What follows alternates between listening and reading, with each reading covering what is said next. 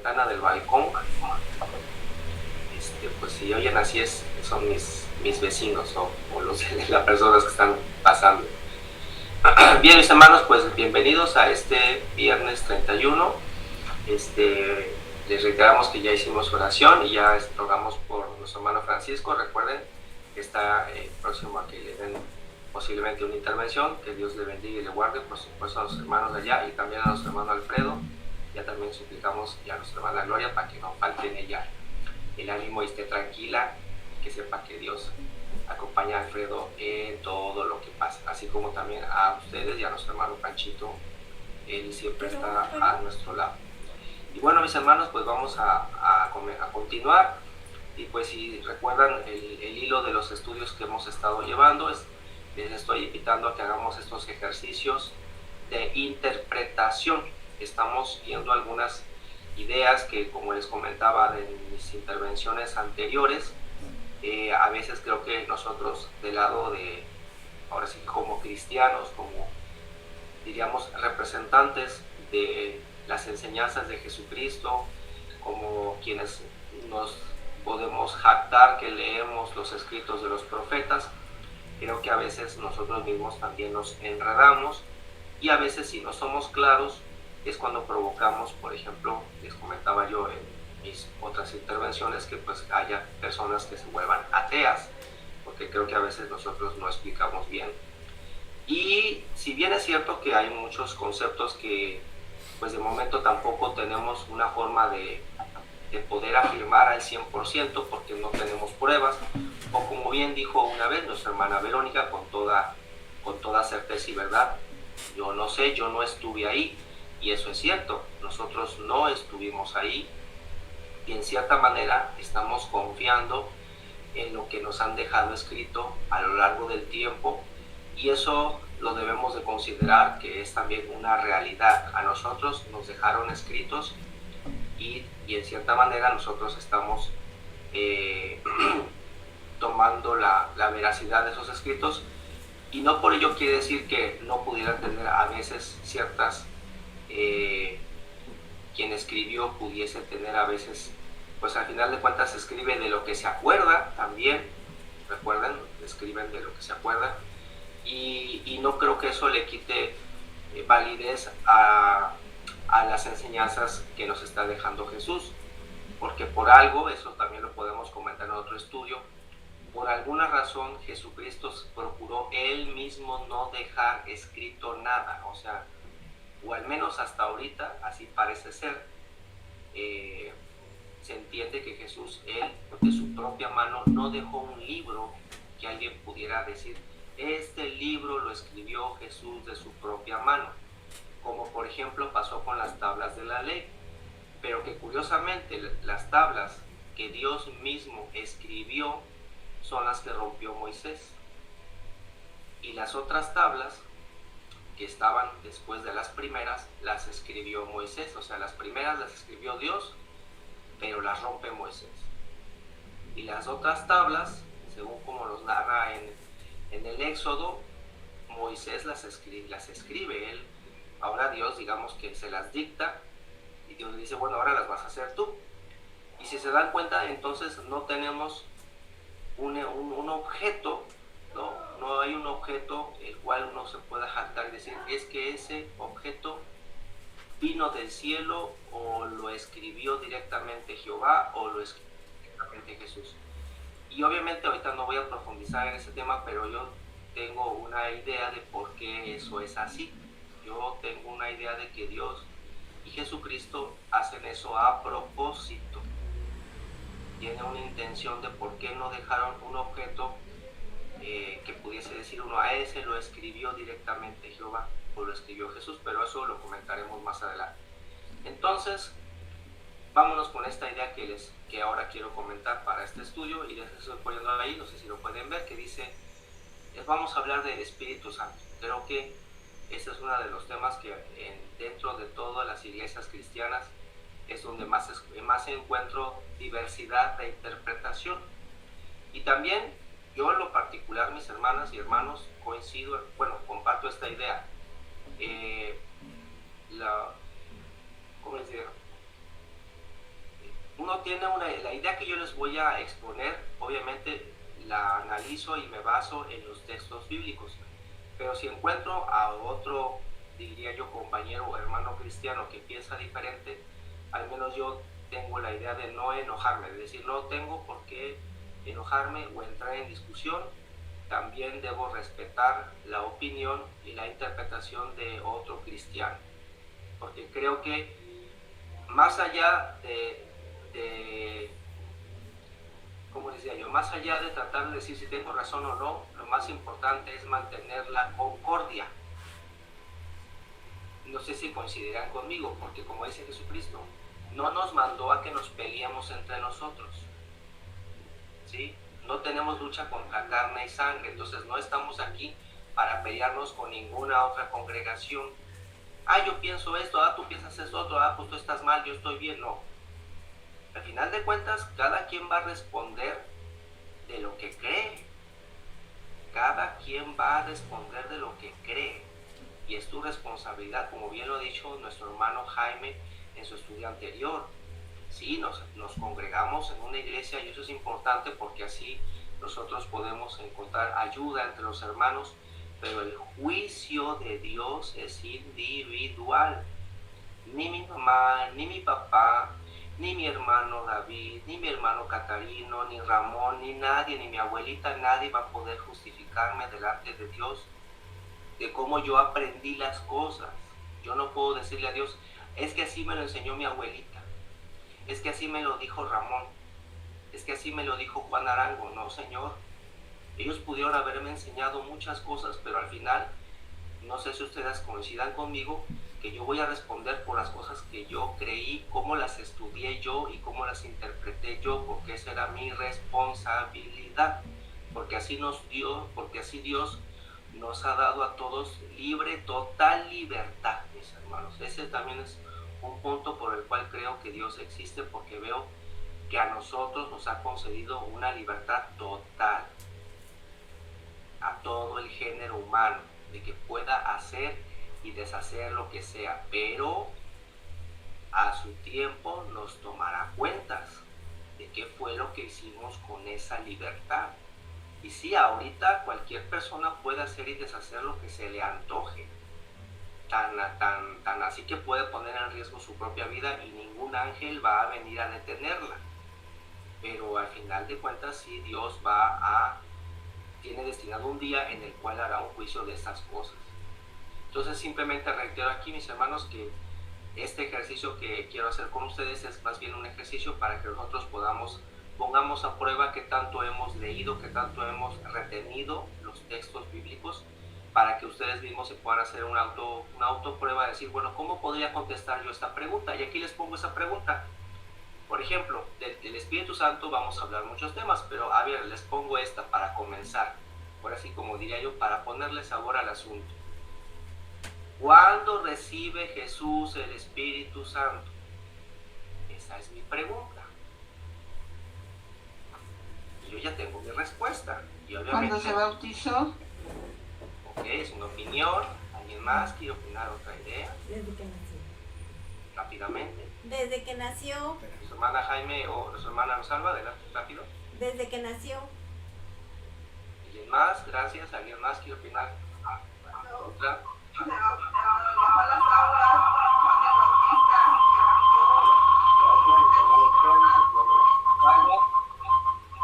No, así como dice Maribel cuando se bautizó. Nuestra hermana Paulita. Y el Espíritu Santo descendió sobre él como paloma. Ok, gracias. Muy bien, entonces vamos a continuar. De hecho, vean, voy a utilizar tantito los micrófonos, ya está. Ok, mi siguiente, de hecho vamos a hablar de varios temas. Pero miren, regresando antes de contestar esta misma pregunta que yo estoy haciendo, yo he escuchado, por ejemplo, en las diferentes organizaciones cristianas, y aquí puse algunas otras preguntas que también estudiaremos el domingo. Por ejemplo, ¿el Espíritu Santo se puede exigir a Dios? Yo recuerdo que había un hermano que se reunía con nosotros que así me decía a mí, no, Saúl, es que para que nosotros en la congregación podamos tener el Espíritu Santo, se lo tenemos que exigir a Dios. Y para eso tenemos que hacer oraciones muy largas y exigírselo con mucha fuerza y gritárselo. Porque si nosotros se lo exigimos a Dios y si lo gritamos, entonces Dios nos lo concede. Así me decía ese hermano. Otra pregunta. ¿Tener el Espíritu Santo es garantía de que nos portaremos bien? Porque entonces me decía, si nosotros tenemos siempre el Espíritu Santo, entonces como consecuencia siempre nos vamos a portar bien. Si tú recibes el Espíritu Santo, automáticamente te portas bien. Eso es lo que me decía ese hermano en aquella ocasión. Otra. ¿Podemos y debemos hablar con el Espíritu Santo? He visto que en algunos organismos cristianos le hablan al Espíritu Santo directamente, así en una oración. Yo te pido, Espíritu Santo, que hagas esto. Yo te ruego, Espíritu Santo, que hagas esto otro. Yo te suplico, Espíritu Santo, y en tu nombre, Espíritu Santo, y así le hablan como si fuera una persona, ¿no? Así como decimos, Jehová, te suplico, en el nombre de Jesucristo, Jesucristo, te suplico. He oído que hay organismos religiosos que le hablan, oye, Espíritu Santo, ven a mí. Espíritu Santo, haz esto. Espíritu Santo, haz esto. Siguiente. El Espíritu Santo te hace invencible, te da poderes. También he podido escuchar y dar testimonio de que hay organismos religiosos que dicen que tienen el Espíritu Santo y que gracias a él no se enferman, no les hacen daño las serpientes, no les hacen daño las arañas o los escorpiones, no les hacen daño los venenos. Otra más, el Espíritu Santo te da riquezas.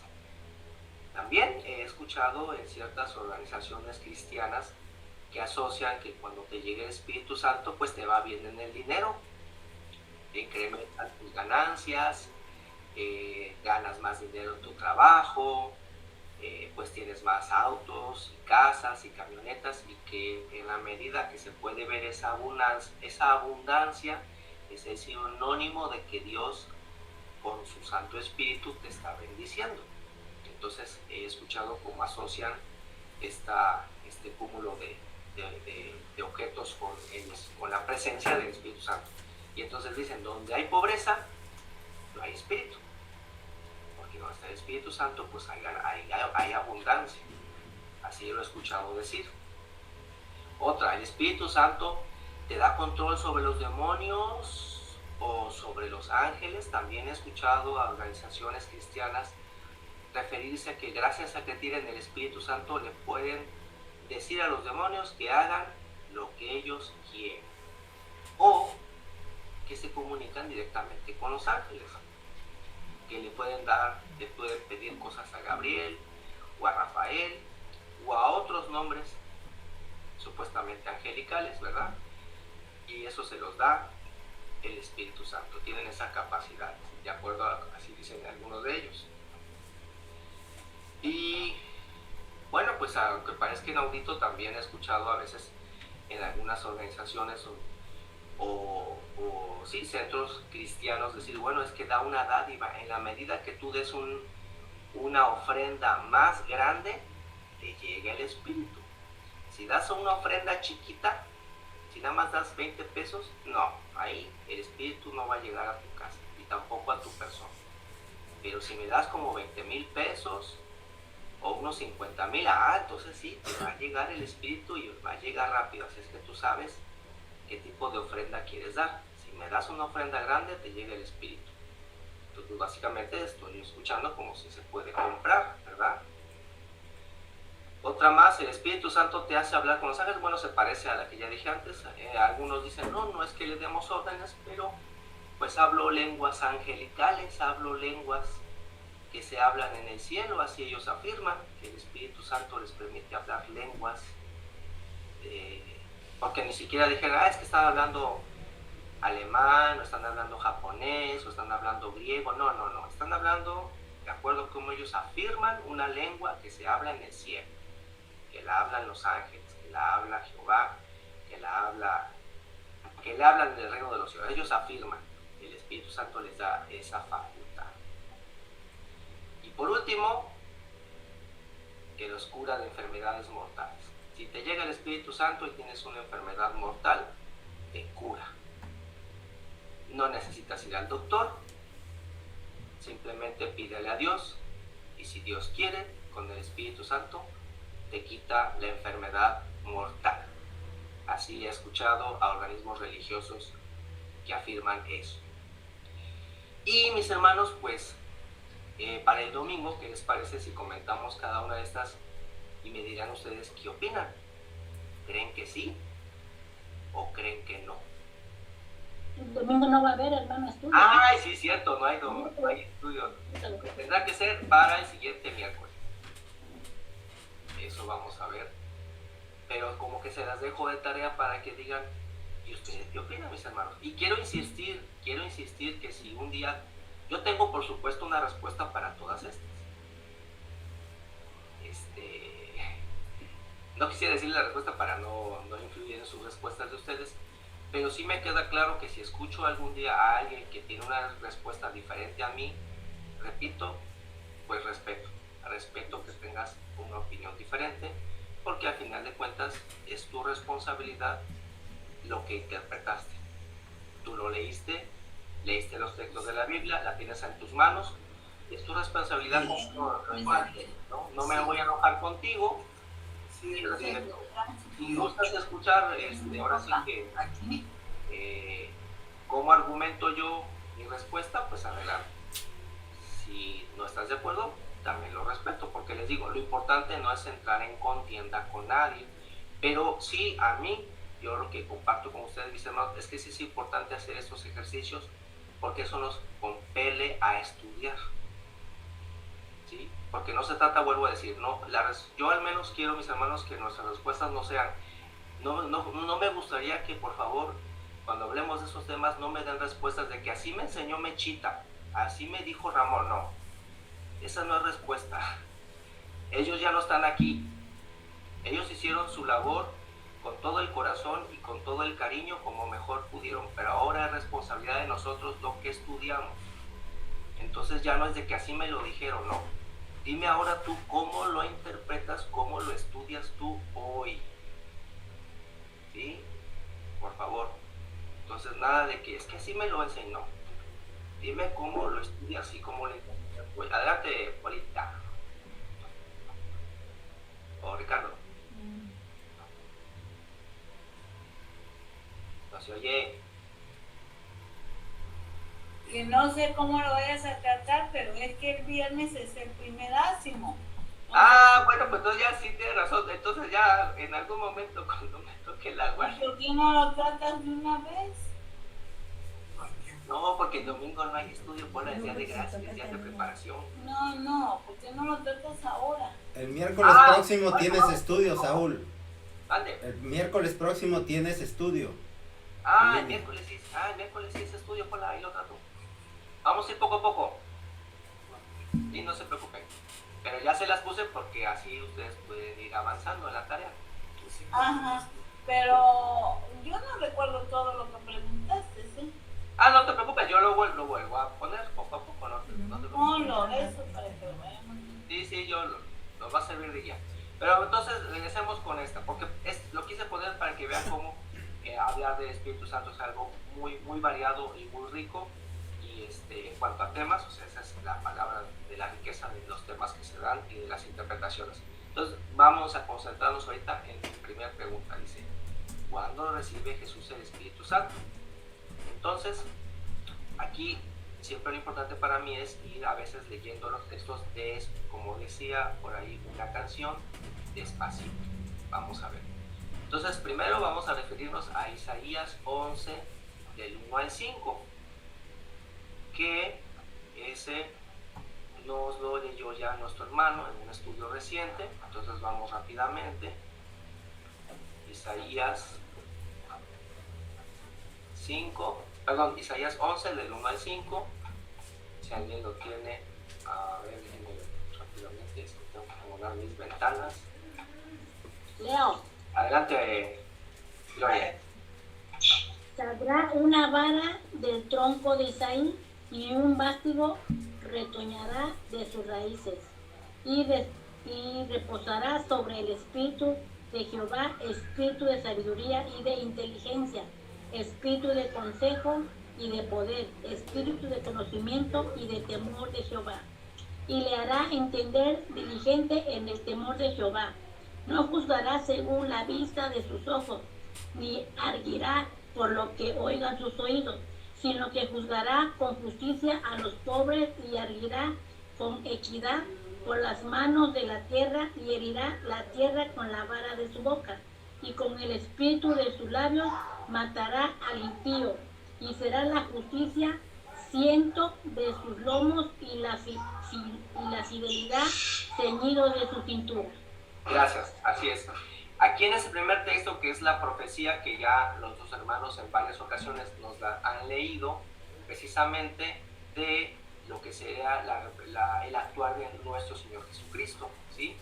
Y entonces aquí lo importante, ¿verdad?, de este texto que quiero destacar es, como acabamos de leer detalladamente, ¿verdad?, como dice ahí, que sale un vástago, dice, del tronco de Isaí, y luego nos empieza a describir. Fíjense qué interesante es cómo aquí en Isaías nos describe, podríamos decir a detalle, cuál es esa característica de lo que llamaríamos el Espíritu Santo. Aquí le llama Espíritu de Jehová, pero entendemos que se está refiriendo al Espíritu Santo, porque Santo es apartado del mal. Y entonces nos empieza a hablar que contiene sabiduría, contiene inteligencia, contiene consejo, fortaleza, conocimiento, temor de Jehová.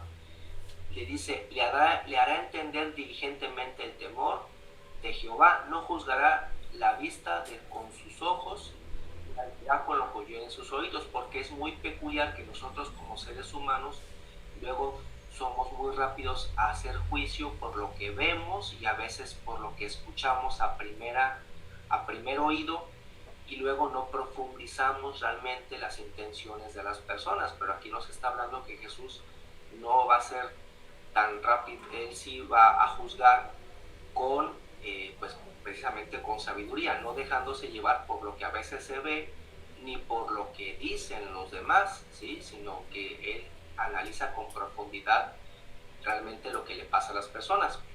Y habla de la justicia, habla de una vara de equidad, sobre todo pensando en la gente mansa de la tierra, y que precisamente a través de la veracidad de su palabra va a herir al mundo, es decir, hiere porque nos pone en juicio nuestras acciones y nos pone a que nosotros podamos redarguir nuestra forma de actuar.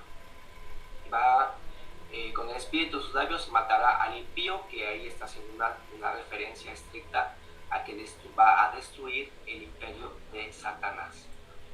Y entonces aquí, mis hermanos, lo interesante que yo veo es que pues podemos ver, como en otros textos vamos a ir añadiendo, que las características del Espíritu Santo, vean cómo siempre están refiriéndose a virtudes.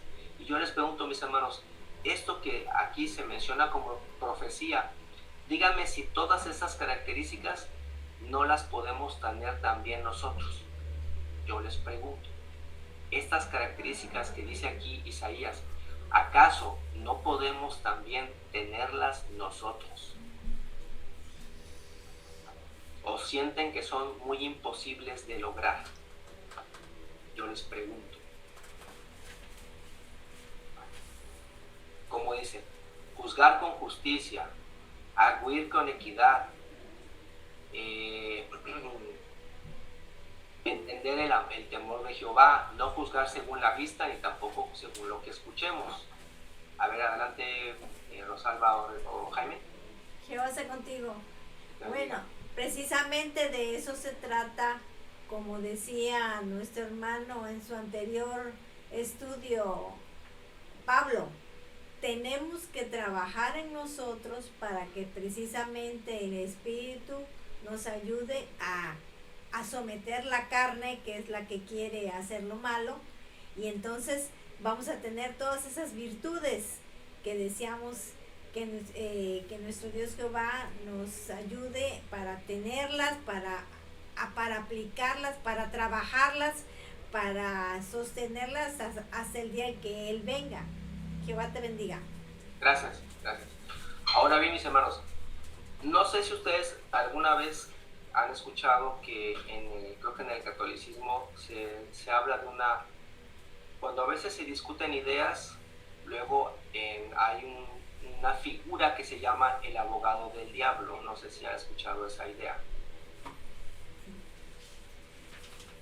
Cuando se discute una idea, hay un sacerdote dentro del grupo de discusión que le asignan el puesto de abogado del diablo. ¿Qué creen que hace ese sacerdote en esa junta, en esa reunión? ¿Por qué le dan ese título en ese momento, en esa reunión?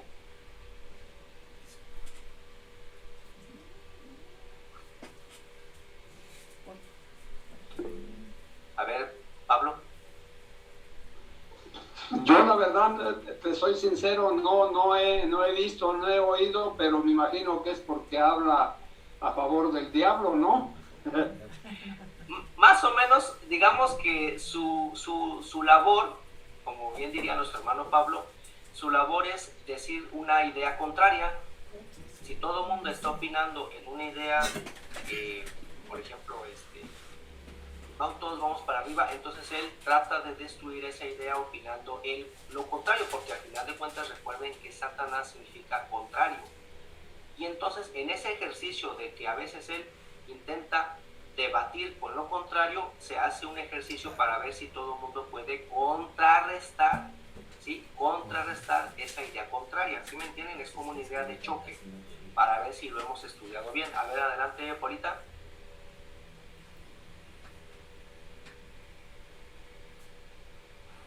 Bueno, dice el abogado del diablo, yo no vi la película, pero supongo, no la vi, no me interesó. Bueno, pero supongo que si es el abogado del diablo, pues va a justificar a la gente que se porta mal y a las cosas que hace Satanás, porque nosotros tenemos Dios,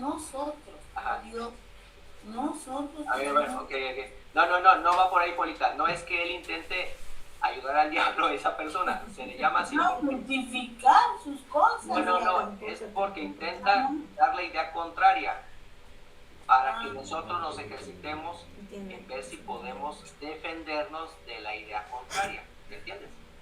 Oye, Saúl, cuando nosotros decimos te estás metiendo como abogado del diablo, quiere decir que te estás metiendo a cosas que no son defendibles. Nunca, ¿verdad? ¿Por qué? Porque el diablo pues, no lo puedes defender. Por más que quieras liberarlo, no lo puedes liberar. Él es culpable de muchas cosas. Claro. No, pero aquí quiero que lo entiendan como no que estamos defendiendo que alguien va a defender a Satanás, no, sino que si por ejemplo yo digo en la idea, Jesucristo recibió su espíritu desde que nace.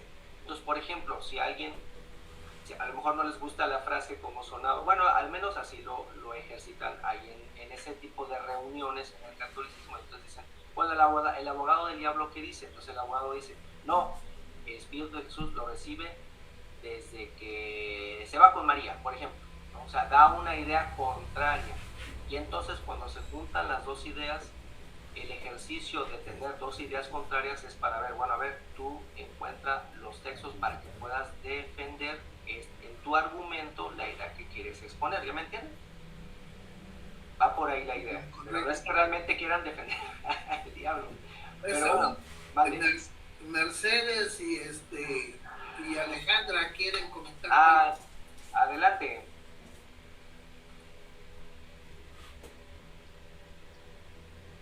Jehová sea con ustedes, buenas noches. Adelante, Alejandra. Yo sí vi la película, pero la verdad no me acuerdo, entonces no, lo pero busqué. No tiene nada que ver con la película. No, ya sé que no, ya sé que no.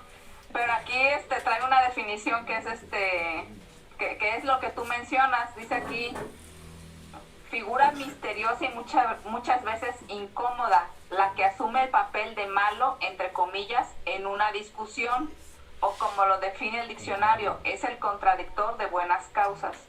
O sea, es lo que tú mencionas, que es una figura de choque contra los argumentos para, pues ahora sí que seguir argumentando y encontrar bases y defender las ideas correctas, ¿no? Claro. Ahora sí que son ejemplos de lo que alguien más te pudiera decir o contradecir. Entonces ahí como que lo practican y encuentran la manera de saber y fundamentar lo bueno, ¿no? Claro. Lo que es. Así es. De hecho, ahorita con lo que acaba de decir Alejandra, me acabo de acordar de una anécdota que me va a poner muy en claro lo que aquí debemos hacer para que no nos espantemos. Por ejemplo, mi abuelita, una vez que estaba dando doctrina a Samuel, a Ana y a Joel, que ellos estaban chiquitos, tenían 5, 4 y estaban chiquitos, no pasaban de 5 años o de 6. Un día Samuel le dice a mi abuela, porque mi abuela le decía, Dios aquí, Dios acá, y Samuel le dice, ah, sí, y entonces, ¿quién inventó a Dios? Y entonces, en ese momento, mi abuela me dijo, ¿y tú crees que me dijo que quién había inventado Dios? Esa idea que Samuel le propuso a mi abuela como pequeño, estaba chiquito, esa idea sería lo que podríamos mencionar como una idea, digamos, del abogado del diablo, porque entonces te pone a trabajar. A ver, dime, ¿qué le vas a contestar? Si una persona adulta te da esa respuesta, porque si nosotros simplemente le contestamos, tu pregunta es una pregunta pecaminosa, por ejemplo, es una pregunta que ofende a Dios. ¿Cómo te atreves a preguntar que quién inventó a Dios? Esa respuesta que estamos dando ya no es una respuesta inteligente, porque demuestra que realmente no sabemos responder. ¿Sí me entienden? No hay ninguna pregunta imposible para Dios. Más bien somos nosotros los que posiblemente no hemos estudiado y a veces nos da miedo. Pero si nos damos cuenta, todo lo podemos contestar. Simplemente que tenemos que estudiar. Y entonces yo decía a mi abuela, abuela, es que Samuel no está haciendo una pregunta mala. Su pregunta tiene validez. Nada más que hay que aprender cómo la vas a contestar. Pero no hay pregunta mala. Él le nació del corazón decir, bueno, y a ver, ¿y quién inventó a Dios? Y entonces yo les pregunto, a ver, ¿y cómo le contestan? No a un niño, porque en ese momento tiene que crecer él todavía y ya uno lo explicaría más bien ya con el adulto. Pero si el adulto te pregunta, pues también hay que saber cómo contestas esa pregunta, ¿no? Pero bueno, vamos a continuar. Si quieren también la agregamos a nuestra lista de ejercicios para que también veamos cómo la podríamos contestar. Entonces, en este primer texto de Isaías, quiero destacar que como aquí nos hace un desglose de estas características del Espíritu Santo y vean cómo todas están enfocadas, cómo el Espíritu está enfocado al juicio, al temor de Dios, a la justicia, a no dejarse engañar por lo que los ojos ven o por lo que la gente dice. Está enfocada en la equidad. Vean cómo hace ese énfasis la descripción que hace Isaías. Si se dan cuenta, mis hermanos, no está asociado aquí el Espíritu Santo ni con el poder, ni con el dinero, ni con las ganancias personales, ni con la fama. ¿Sí se dan cuenta? Que no está asociado con tener cosas en el mundo.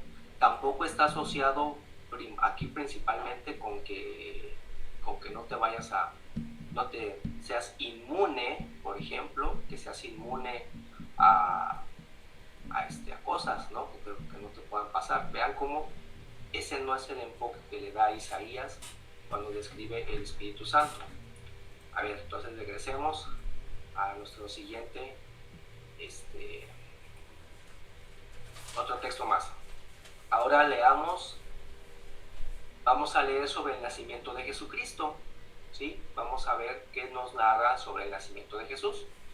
Está Lucas 1 del 26 al 35. Lucas 1 del 26 al 35.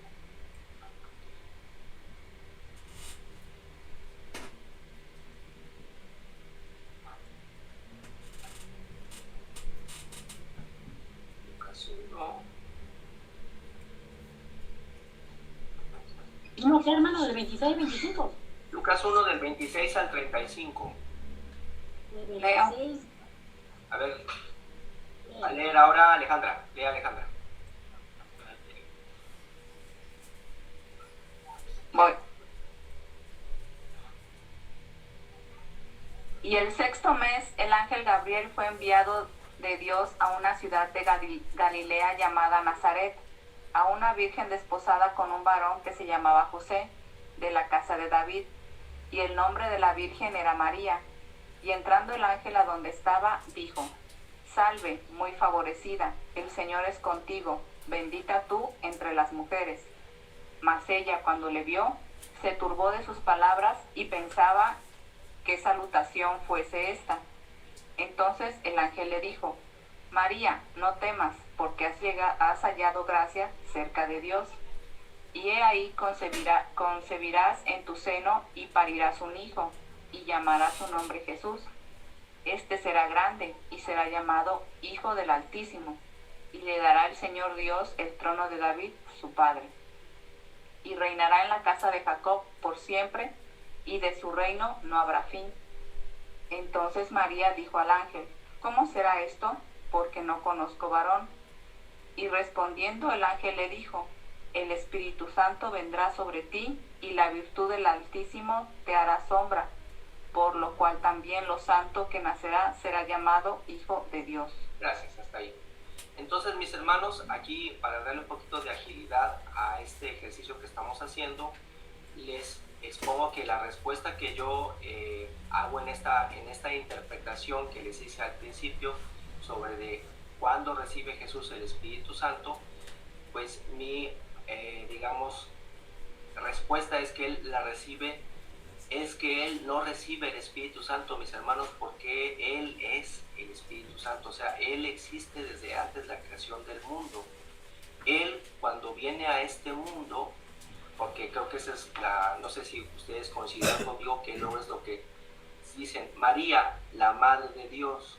No, María es la Madre del Cristo, porque Cristo encarna a través de María. Pero Jesús o el Hijo de Dios existe desde antes de la creación del mundo. Lo vamos a ver en un texto más adelante. Pero ¿qué fue lo que hizo nuestro Señor? Él tomó carne y lo hizo a través de esta mujer honrosa. Y ahí, como le dice el ángel Gabriel, María le dice: ¿cómo es que voy a tener un hijo si yo no conozco varón?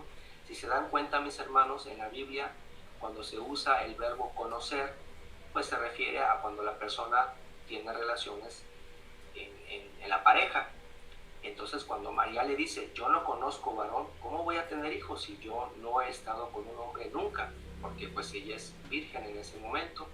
Y el ángel Gabriel le dice que precisamente el Espíritu Santo vendrá sobre ella y la virtud del Altísimo le va a hacer sombra, por lo cual también lo santo que nacerá.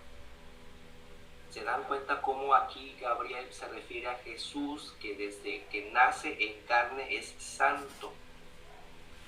Desde el origen, porque de hecho Jesucristo, ¿de dónde viene? Dice él: nadie viene del cielo, sino aquel, nadie ha venido del cielo, sino ¿cómo? Aquel que descendió del cielo. Y digan ustedes, mis hermanos, ¿quiénes están en el cielo? Nuestro Padre Celestial, nuestro Señor Jesucristo, que viene de la santidad, porque allá, como dice en el Apocalipsis, bienaventurados los cielos y los que moran en ellos, porque el que nos acusaba ya no está, porque el que nos acusaba ya no puede regresar porque ya no es santo, pero los que están allá sí son santos. Y por eso Jesucristo nos invita a ser santos para poder ir al reino de los cielos. Entonces, en parte de mi respuesta que vamos a ver más adelante, es que Jesucristo siempre fue santo, desde que encarnó hasta que se fue. Pero ustedes me dirán: bueno, Saúl, ¿y entonces por qué viene la narración de que Él se bautiza? ¿Y por qué viene la narración de que el Espíritu Santo desciende corporalmente como una paloma? Ah, bueno, entonces vamos a ver Mi respuesta es porque esa, mis hermanos, es una señal que tenía que ver alguien. Porque recuerden que aunque estamos leyendo, en este caso, Lucas, y el siguiente, vamos a ver rápidamente, se los voy a poner de una vez. Los tres textos que estoy haciendo referencia son, por ejemplo, Lucas 1 del 26 al 35, el otro sería Mateo 1 del 18 al 25 y el tercero sería Lucas 2 del 41 al 52. Entonces, mis hermanos, tenemos en Lucas, en Mateo y, perdón, es Marcos, no Mateo. exactamente, está acá. Ajá. Mateo. Dice aquí, ya lo puse, Lucas, Mateo y Marcos. Es que el de Lucas 2 es cuando Jesucristo habla con los sacerdotes en el templo.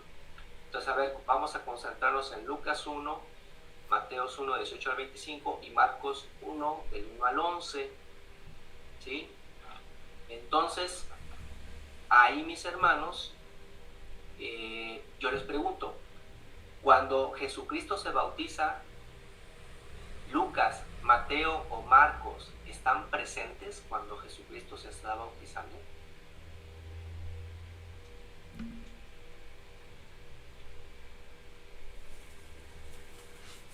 A ver, ¿cómo está su respuesta? Nada más estaba Juan el Bautista. Correcto. Ellos no están.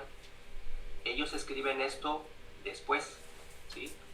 Entonces, me voy a ir, quiero que leyamos ahorita para velocidad. Vámonos a Marcos 1, del 1, vamos a ver, déjenme llegar primero, Marcos 1.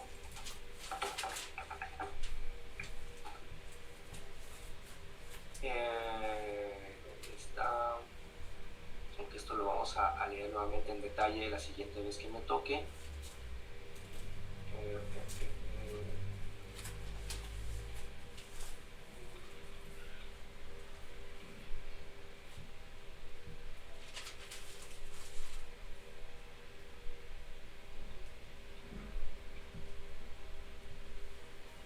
Hay que leer Marcos 1, del 1 al 11. Sí, espérame, déjenme. No, creo que es Lucas 3. No, perdón, ya, disculpen, es que estaba hasta acá, estaba hasta el último. Es el que ahorita quiero adelantarme porque ya se me acabó casi el tiempo. Es en Juan 1. Déjenme llegar rápidamente a ese texto para que, aunque todos se los voy a dejar, digamos, de tarea. Vamos a ver, Juan 1.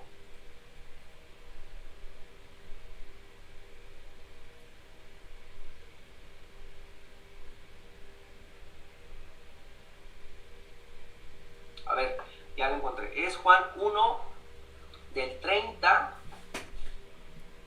al 33. Y se los voy a leer yo rápidamente, aunque tenganlo ahí presente. Juan 1 del 30 al 33. Aquí, si se dan cuenta en la narración, quien nos escribe nos está hablando como si estuviese diciendo las palabras Juan el Bautista, y dice Juan el Bautista.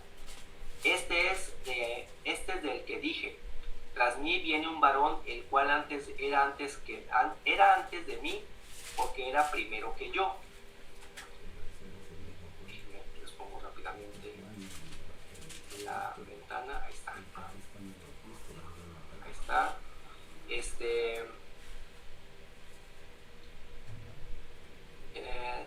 es el que dije, tras mí viene un varón, el cual es antes que mí, porque era primero que yo. Yo no le conocía, mas para que fuese manifestado a Israel, por eso vine yo bautizando en agua. Vean aquí como Juan nos está diciendo en el 31. Juan, su misión era manifestarnos a nosotros que Él es el Hijo de Dios. Por eso dice, por eso vine yo bautizando en agua. O sea, la acción de Juan el Bautista, si bien es cierto que daba salud a las personas que iban a él a bautizarse, su verdadera misión de Juan el Bautista al estar haciendo ese acto es que lo hiciera con Jesús. ¿Sí? Y vean cómo dice ahí, yo no le conocía. Ahí está hablando Juan el Bautista. es como si dijera él, Juan el Bautista, yo no sé quién iba a ser el Hijo de Dios. Dice, mas el que me envió a bautizar con agua, yo les pregunto, ¿quién envió a Juan el Bautista a bautizar con agua? El que envió a bautizar con agua a Juan, pues es nuestro Padre Celestial. Entonces dice, yo no le conocía, mas el que me envió a bautizar con agua, aquel dijo, sobre quien viereis descender el Espíritu y que reposa sobre él, este es el que bautiza con Espíritu Santo. Y luego dice, y yo le vi y he dado testimonio que este es el Hijo de Dios. Entonces, ahí, mis hermanos, encuentro la razón del por qué se hizo ese acto. El mismo Jesucristo, en las otras veces de los evangelios que nos dice que se encuentra con Juan, Juan el Bautista le dice, ¿por qué vienes a mí si tú no necesitas ser bautizado? Más bien, yo soy el que necesito que tú me bautices en el Espíritu Santo. ¿Se dan cuenta lo que le está diciendo Juan a Jesús? Díganme, ¿cuál es el bautizo más poderoso? ¿El de agua o el de Espíritu Santo?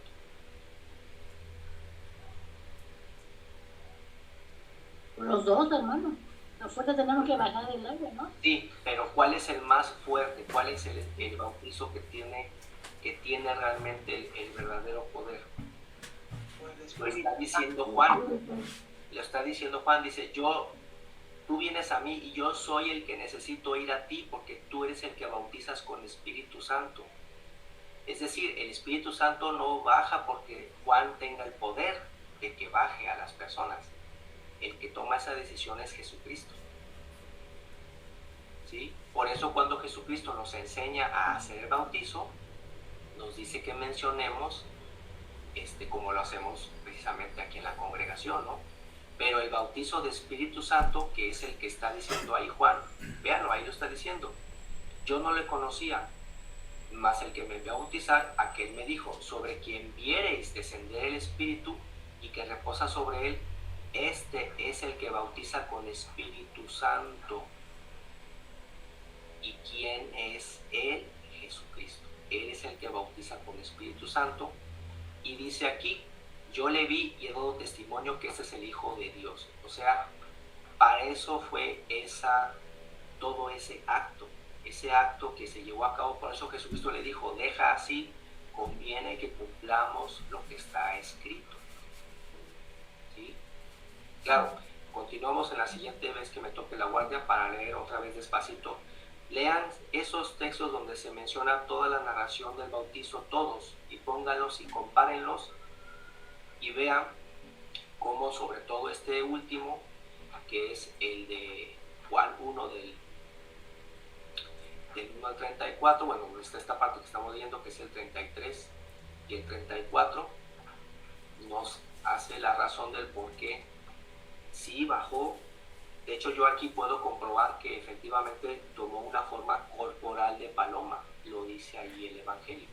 Y luego yo decía, no, es que creo que es como, se veía como una paloma. No, ahí dice el texto que sí se vio literal como una paloma. ¿Y quién era el testigo importante que debía de ver eso?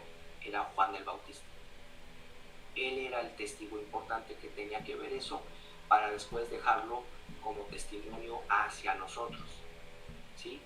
Bueno, vamos a dejar aquí en stand-by esta idea y la comentamos en la siguiente vez que tengamos el estudio. Anoten sus dudas que tengan y pues continuamos en la siguiente vez que nos veamos. Igual les bendiga.